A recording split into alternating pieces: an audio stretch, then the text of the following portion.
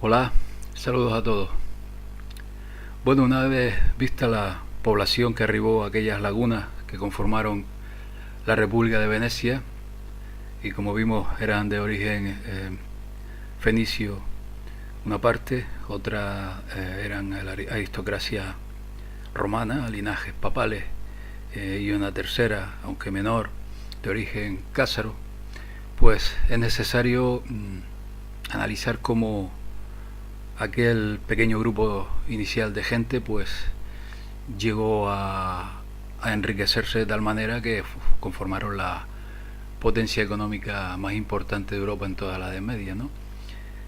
Esto sería un tema muy largo, muy amplio, muy espeso de exponer, y voy a intentar resumirlo en como lo mejor que pueda, pues un poco dando a conocer o mencionando pues los acontecimientos que yo considero más importantes, ¿no? Eh, Hay que decir que esta oligarquía veneciana realmente nunca fue europea, ¿no? Sino más bien fue una continuación del modelo antiguo del Imperio de Babilonia y sus sucesores, ¿no? A través del Senado de Venecia se estableció una forma de oligarquía permanente que veremos en un próximo vídeo, ¿no? Cuyo poder duró hasta bien entrado el siglo XVIII, ¿no? Esta nobleza negra eran seguidores, estudiantes del filósofo griego Aristóteles, ¿no?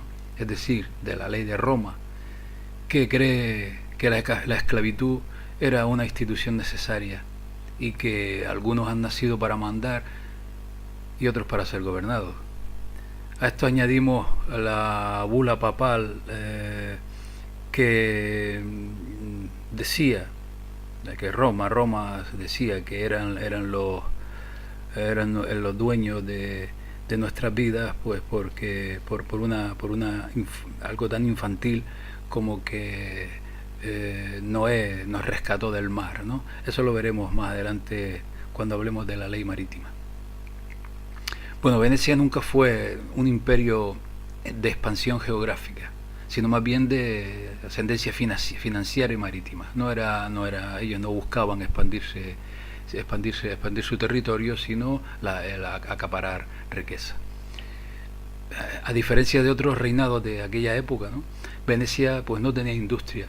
Le bastó con su gigantesca fábrica militar y naval que llamaron el Arsenal, ¿no? Donde trabajaban unas 20.000 personas construyendo la flota naval más imponente del mundo por entonces. Su poder se basaba en el control del comercio, sobre todo entre Europa y Oriente, con la seda y las especias de India y China, ¿no? Destinados a los mercados de América Central y de Europa Oriental. Europa a su vez produce textiles y metales, especialmente metales preciosos, para exportarlos al este. Pero la base principal de la opulencia veneciana eran el tráfico de esclavos, además de la piratería y los bucaneros, ¿no? Este comercio supuso el nacimiento de la gran banca veneciana, la banca usurera y manipuladora de la moneda.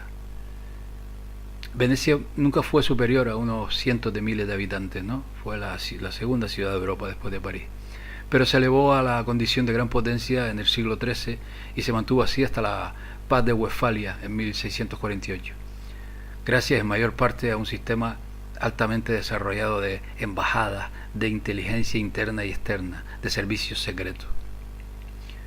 Venecia llegó a ser en el año 1200 el ejército y la fuerza económica dominante en el Mediterráneo. Allá por el 1096 organizó la primera cruzada, para seguir con 4 más en los siguientes 126 años. Al margen y a la par de estas cruzadas nació el Imperio veneciano. Con la infame Cuarta Cruzada, Venecia organizó el saqueo y la ocupación militar de Constantinopla en 1204 y dio a Venecia la isla de Creta y casi todas las colonias bizantinas a lo largo del mar Adriático. A mediados del siglo XIII, las galeras venecianas dominaban el Mediterráneo y negociaban activamente en Flandes y en Londres. El veneciano era el imperio, la potencia marítima imperial líder en toda Europa. Los primeros socios de Venecia en la creación de su imperio fueron la nobleza normanda de Europa, sobre todo de Francia y de Anjou, en Inglaterra. Fueron los normandos los que actuaron como carne de cañón para la guerra de conquista de Venecia, conocidas como las Cruzadas. Venecia también controlaba al partido negro, a los güelfos, de las ciudades del norte de Italia, aliada con el papado. Comenzando con las campañas militares contra los güelfos en 1776 nació la Liga Lombarda, controlada por Venecia, un grupo que llegó a incluir todas las principales ciudades del norte de Italia, salvo Milán. Estas ciudades de la Liga Lombarda sirvieron como centros para el surgimiento del sistema bancario, basado en la usura extrema y en la economía del saqueo. Al igual que los buitres financieros de hoy día, los banqueros lombardo-venecianos no solo condujeron a sus víctimas a la deuda, sino que utilizó la deuda para apoderarse de los activos reales. Allá por 1325, por poner un ejemplo, el Banco Peruzzi poseía todas las rentas del reino de Nápoles, el cinturón de grano más productivo de toda el área mediterránea.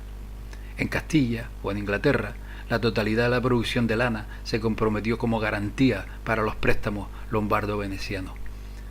La situación en Francia, Hungría, etc., y en otros lugares fue similar. Europa se transformó en una gigantesca granja de impuestos, con gobernantes locales saqueando sus economías y a su población para enviar dinero a través de los Alpes. Esta monstruosidad veneciana destruyó y saqueó el continente europeo. Países como Nápoles, Inglaterra, fueron a la ruina. Lana y otras producciones se derrumbaron. Se redujo la producción de alimentos y a más tardar en 1290 Europa comenzó a perder gente. Ciudades, pueblos y naciones fueron atrapadas en la red veneciano-lombarda de la deuda y la usura. En ausencia de entidades de crédito nacionales soberanas, los banqueros lombardo-venecianos se convirtieron en los acreedores de facto y en los dictadores financieros de toda Europa. En 1300, secciones enteras de Europa estaban experimentando grave deterioro económico. La escasez de alimentos y la pérdida de población, las hambrunas en todo el continente,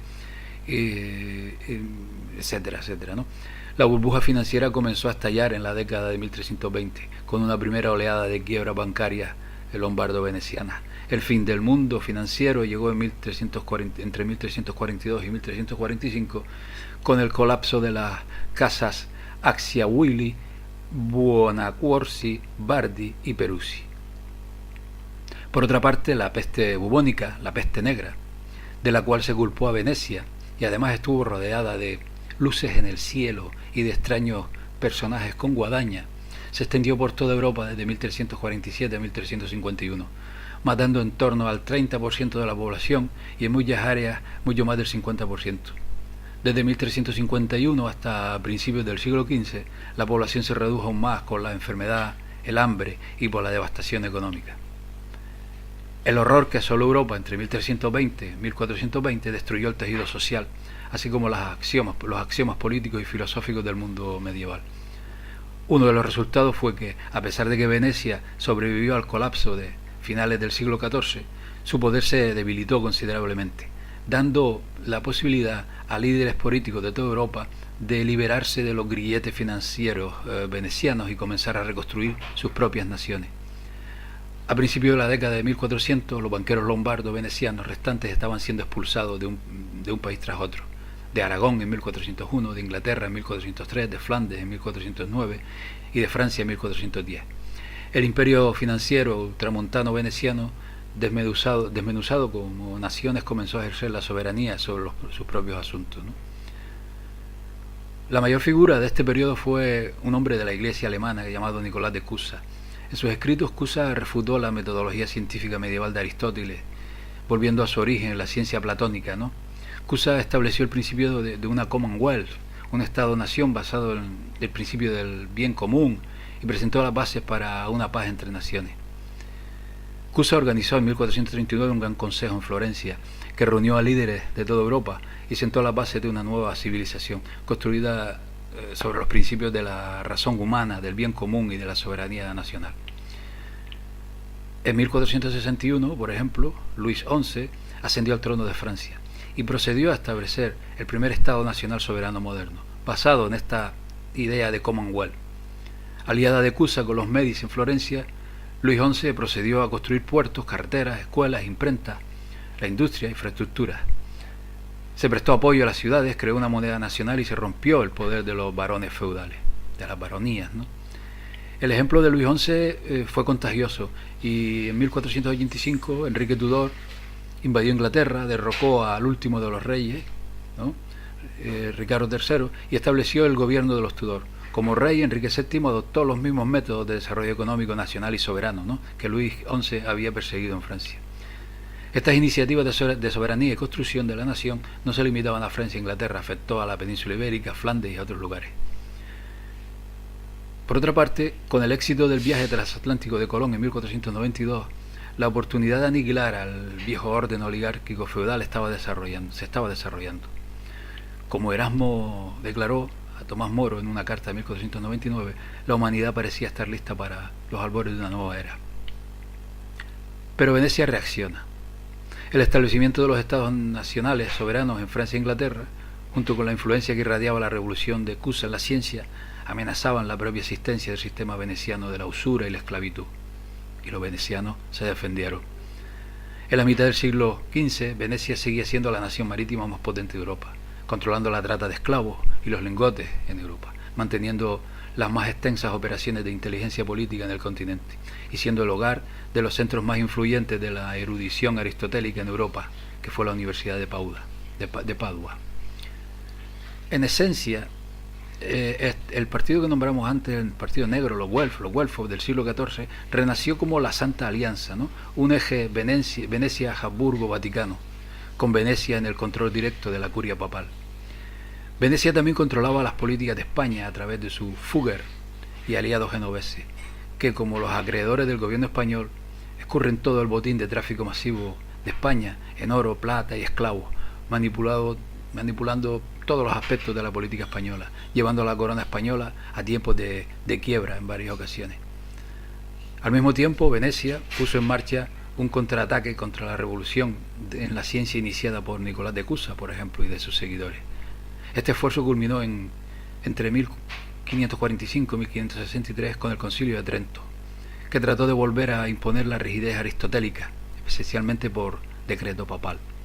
El autor intelectual de esta llamada contrarreforma católica fue el veneciano cardenal Gasparo Contarini, que por otra parte cabe mencionar, como veremos en un futuro vídeo, que fue uno de los principales impulsores de la Orden de los Jesuitas, este tal Gasparo Contarini. En el corazón de esta contraofensiva de Venecia estaba el uso del terror brutal. Con el inicio de la Inquisición española en 1478, bajo la dirección de Torquemada, Europa estaba empapada en sangre, lo que desencadenó las guerras de religión que no terminaron hasta 1648. Las olas de asesinatos en masa, la persecución y las pasiones inflamadas envolvieron Europa. En última instancia, esta estrategia veneciana no funcionó. A principios del siglo XVI, la crisis geopolítica de Venecia era una realidad ineludible. La guerra de la Liga de Cambrai, entre 1509 y 1513, cuando entraron las tropas extranjeras en la laguna de Venecia, había puesto de manifiesto la vulnerabilidad de la defensa militar de Venecia. Además, a mediados del siglo, Venecia fue amenazada con la pérdida no solo de sus colonias, sino de su acceso al comercio con el este, a manos de los turcos otomanos. Económicamente, Venecia comenzó su hemorragia. Entre 1560 y 1600, el tamaño de la marina mercante de Venecia se redujo a la mitad. En 1560, una crisis bancaria la golpeó y duró hasta la década de 1580. Este fue un colapso total, de tal manera que por 1584 la banca privada en Venecia se había cerrado. Al mismo tiempo, la explosión de los viajes transoceánicos había creado una nueva realidad estratégica. En números pequeños pero significativos, los europeos comenzaron a emigrar, sobre todo para el hemisferio occidental, con la esperanza de escapar de la matriz oligárquica del viejo mundo. Venecia no estaba en condiciones para afrontar este reto del nuevo mundo, para llevar a cabo la tarea de imponer un imperio marítimo mundial, ¿no? A la vista del fin de aquel imperio financiero, muchas de aquellas riquísimas familias se trasladaron a Países Bajos y después a Alemania y Gran Bretaña, comenzando entonces a trabajar con las compañías holandesa y británica de las Indias Orientales. Pero esto lo abordaremos en un próximo vídeo, ¿no?, donde veremos cómo ellos tenían todo previsto cuando lo que fue el imperio veneciano comenzó a decaer, ¿no?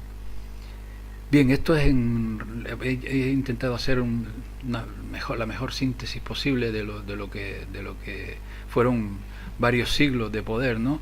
Porque hay muchísimo más, pero esencialmente quería un poco exponer cómo se enriquecieron estas familias con el comercio naval y marítimo, con los esclavos, con los bucaneros y con todo lo que podían, y cómo formaron pues la potentísima banca veneciana que les otorgó absoluto poder y absoluta capacidad para controlar toda la economía, todo el devenir de Europa durante más de 400 años, ¿no? Esto es necesario exponerlo para comprender el siguiente vídeo que subiré en breves días. Pues esto es todo por ahora, amigos. Un saludo y hasta la próxima. Hasta pronto.